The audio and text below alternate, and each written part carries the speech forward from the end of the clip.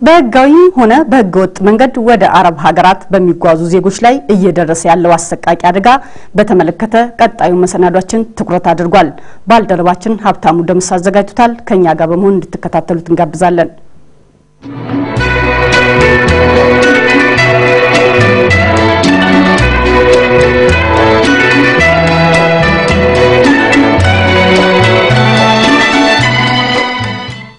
የሰው ልጅ የኑሮ ዘይቤውን ለማሻሻል በሚያደርገው ጥረት ውስጥ ታሪክ የማይዘነጋቸው በርካታ ጠባሳዎችን ጥሎ አልፏል። ተፈጥሯዊ አደጋዎችን ጨምሮ ጦርነቶችና የባሪያ ንግድ እንቅስቃሴዎች ደግሞ ለአፍሪካውያን ዘመን የማይሽራቸው ትዝታዎች ናቸው። የሀበሻዋ ምድር ከቀደሙት ዓመታት ጀምሮ የጸረ ባርነት ሕግ አውጥታ ከነበረችበት አስከፊ ገጽታ ለማገገም ጥረት ብታደርግም ዛሬም ድረስ ከዘመናዊ ባርነት ትግል እንደገጠመች ነው። ዜጎቿን ኑሮን ለማሸነፍ ወደ ሩቅ ምስራቅ በገፍ ይሰደዳሉ። ያልተነካ ጉልበታቸውን በርካሽ ክፍያ ይቸረችራሉ።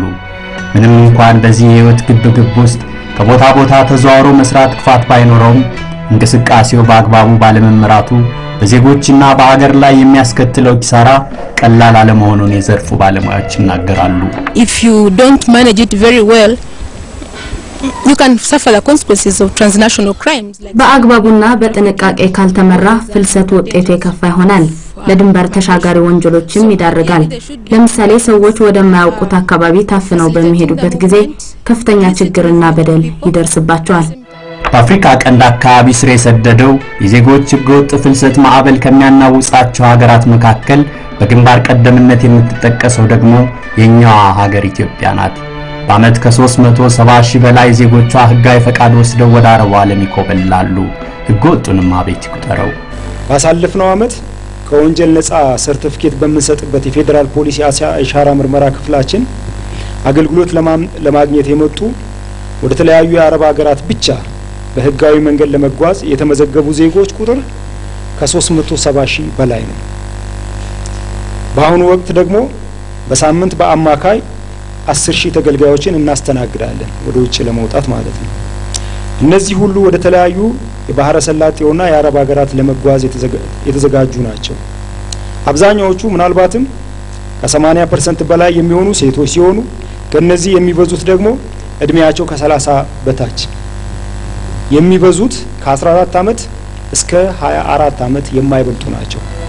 ህብረተሰቡ ውስጥ የሚስተዋለው ያመለካከት ችግር በሰዎች ነግደው የግል ካዝናቸውን ለመሙላት የሚሯሯጡ ህገወጥ ደላሎች ህጋዊ ሽፋን ይዘው በህገወጥ ተግባር ላይ የተሰማሩ የግል ስራና ሰራተኛ አገናኝ ኤጀንሲዎች በመንግስት መዋቅር ውስጥ ራሳቸውን የደበቁ ሙያዊ ስነ ምግባር የጎደላቸው ጥቂት ግለሰቦች ደግሞ ለችግሩ መባባስ በምክንያትነት ይጠቀሳሉ። የዜጎቻችን ወጥቶ መቅረት እንቅልፍ የነሳቸው የፌደራል ፖሊስ ዓለም አቀፍ የስደተኞች ድርጅት የአፋር የአማራ የኦሮሚያና የትግራይ ብሔራዊ ክልላዊ መንግስታት በኮምቦልቻ ከተማ ላይ ተሰባስበዋል። ካንድ አይነ ስውር 10 ሺህ ብር ተቀብሎ ሚስቱን ልኮ ለ9 ሰዎች ነው የቀጠራት። 9 ሰዎች መኪና ያሳጥቧታል፣ ይረግጧታል። እየጮኸች ለባሏ ሁሉ ደወለች ድረሱልኝ ያለ። በጣም ሰውየው ያለቀሰ ነው፣ አይነ ስውር ነው። ስቲል ሚስቱ እስካሁን በእጁ አልገባችም። እኛ እንደውም ባደረግነው ግብረ ኃይል ስንገመግም እየቀረበ ያለው ሐሳብ ሰራተኛና ማህበራዊ ጉዳይ ዋናው ስራና ሰራተኛ ማገናኘት ከሆነ ለምንድን ነው ራሱ ይሄንን የማይሰራው? ለምን ለዘራፊ አሳልፎ ይሰጣል? የሚል በየመድረኩ እየተነሳ ነው ያለው። አልቲቷ ታማ ሆስፒታል ገባች። ከሞተች አንቺም ትታረጃለች ተብላ ድረሱልኝ ያለች አለች። 6ቱ ነው እየደፈሩኝ ነው አልቻልኩም ድረሱልኝ የምትላል ወዘተ። ያለው ጉድ ነው፣ በጣም ጉድ። ስለዚህ የትኛው ነው ህጋዊ የሚባለው? ፍቃድ ያላቸው ኤጀንሲዎች እንዴ የውለታ ሰነዱ ክፍት እኮ ነው። አሰሪና ሰራተኛ ግንባር ለግንባር ተገናኝተው ተፈራርመው እኮ አይደለም። የት ይገናኛሉ?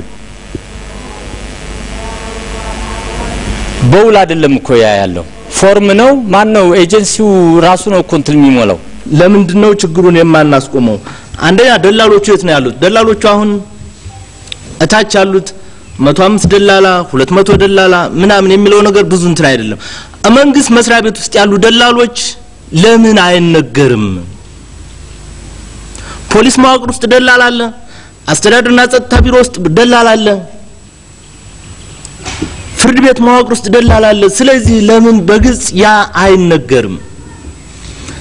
አንደኛ አሁን ኮብላዎች እየተጓጓዙ ያሉት በማን መኪና ነው? በመንግስት መኪና አይጓጓዙም? መኪና የገዙ የመንግስት መዋቅር የሉም? ይሄ በግልጽ ለምን አንናገር? ህጋዊ ፍቃድ ያላቸው ኤጀንሲዎች ፍቃድ ከሰጣቸው ውጪ የሚሰሩት በርካታ ህገወጥ ነገሮች ከመኖሩ አንፃር በተጨማሪ ደግሞ ይሄ ራሱ ፍቃዱ መርዛቱ ይሄ በአንድ በኩል አንድ ሪቴት የሚያደርገው ነገር ምንድነው? የፍቃዱ መርዛት ሰውን ወደ ውጪ እንዲወጣ እየገፋፋው ነው ወይ? ማስተዋቂያው በነፃ ውጭ ሀገር ስራ እናስቀጥራለን የሚለው ወርድ እና አንዱም ይሄ እንደዚህ የሚያደርግ ነው። ውጭ ሀገር ኖሮ የተመለሱ ግለሰቦች አሉ። ቤተሰብ፣ ዘመድ አዝማድ፣ ጓደኛ፣ የውጭ ሀገር ዜጎች፣ የጉዞ ወኪሎች፣ ኤጀንሲዎች የጉዞ ወኪሎችና ኤጀንሲዎች የተሰጣቸው ኃላፊነት ቢኖር ትኬትን በኮሚሽን ቆርጠው ከሚያገኙት ኮሚሽን ላይ መጠቀም ነው እንጂ ሰዎችን በህገወጥ መንገድ እንዲልኩ አይፈቀድም። ወዳጅ ዘመዳቸውን ተሰናብተው ያደጉበትን ቀይ ለቀው በማታለልና በማስገደድ የውጭውን ዓለም እንዲናፍቁ የተደረጉት በወገናቸው መሃል በሚወዷት በምትወዳቸው ሀገራቸው ሰርተው እንዳይቀየሩ በሐሰተኛ የድለላ ቃል የታለሉት እነዚያ ወጣቶች ሮጦ ያልጠገቡት የአባነት እድሜያቸውን ያልጨረሱት እነዚያ ልጃገረዶች በሽርፍራፊ ሳንቲም ይለወጣሉ። ምናልባት እድል ፊቷን አዙራላቸው ካሰቡት ቦታ መድረስ የቻሉት መጻኤው እድላቸው ባሰሪዎቻቸው ከመሸጥና ከመለወጥ ባለፈ ተገደው ይደፈራሉ። የሰሩትን የላባቸውን ክፍያ ይነጠቃሉ። በፈላ ውሃና በቢላዋ ለሞት ይዳረጋሉ የሚል ዜናን የሰማ ጆሮ እንዴት አምኖ ይቀበላል? እውነታው ግን ይሄው ነው። ራሷን ሰቀለች ብላ ተልካ መጣ።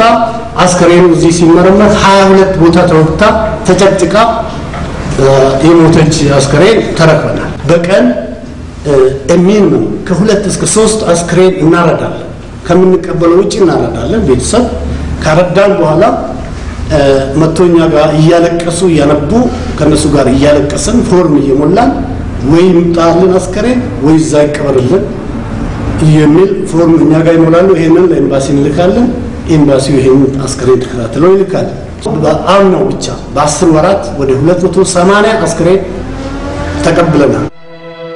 በየበረሃውና በየመንገዱ ወድቀው የቀሩት የአውሬ ራት የሆኑት በኮንቴነር ታፍነው የሞቱት በየእስር ቤቱ የሚንገላቱት በደላሎች የሚታፈኑት በየባህሩ ተጥለው ደመከልብ የሆኑትን ማማን ቆጥሮ ሊዘልቃቸው ማላዊና በሞዛምቢክ በሚገባው መስመር ላይ እንሄዳለን ብለው በአንበሳ እየተበሉ ብዙ ዜጎቻችን ማለት ይቻላል ኮንቴነር ውስጥ ታፍነው ይሞታሉ።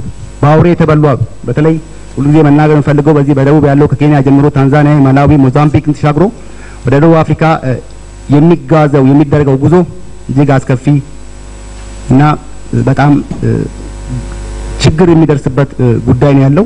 ሌላ አካል ክፍል ስርቆት ይሄ ከግብጽና ከሊቢያ ወደ እስራኤል ሊሻገሩ ሲሉ ሲና በረሃ ላይ ደንበኛ ዘመናዊ የሆነ ክሊኒክ እንዳለ ሲኤንኤን ዘግቧል። 3-4 አይነት አካላቸውን ይወስዳሉ አርደው። ለምሳሌ ጉበት፣ ኩላሊት፣ ልብና አይን ይወሰዳል ሲና በረሃ ውስጥ። ማዕዛዋ ከሩቅ የሚጠራን ውበቷ የሚናፍቀን የምንመካባት የምንሞካሽባት ኢትዮጵያ እውን የምንበላውን አሳጥታን የምንጠጣውን ነፍጋን ይሆን እንዴ? ከቤት ወጥቶ በየበረሃውና በየጫካው ወጥቶ መቅረትን የመረጥ ነው?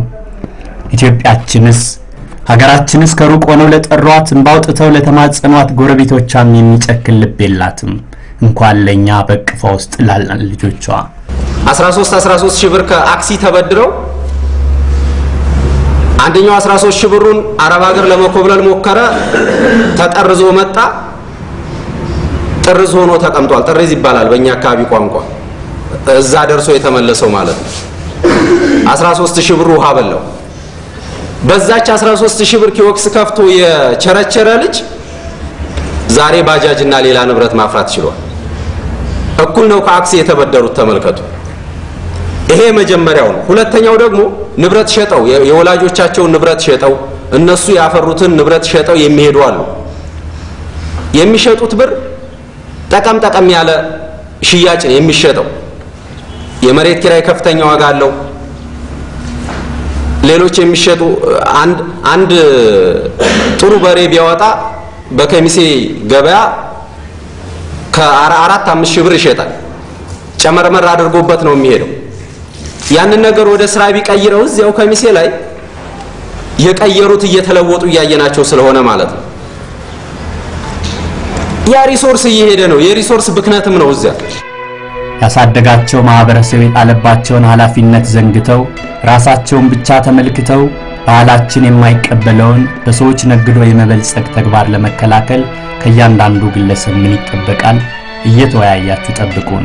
ለሳምንት ቀጠሮ ይዘናል።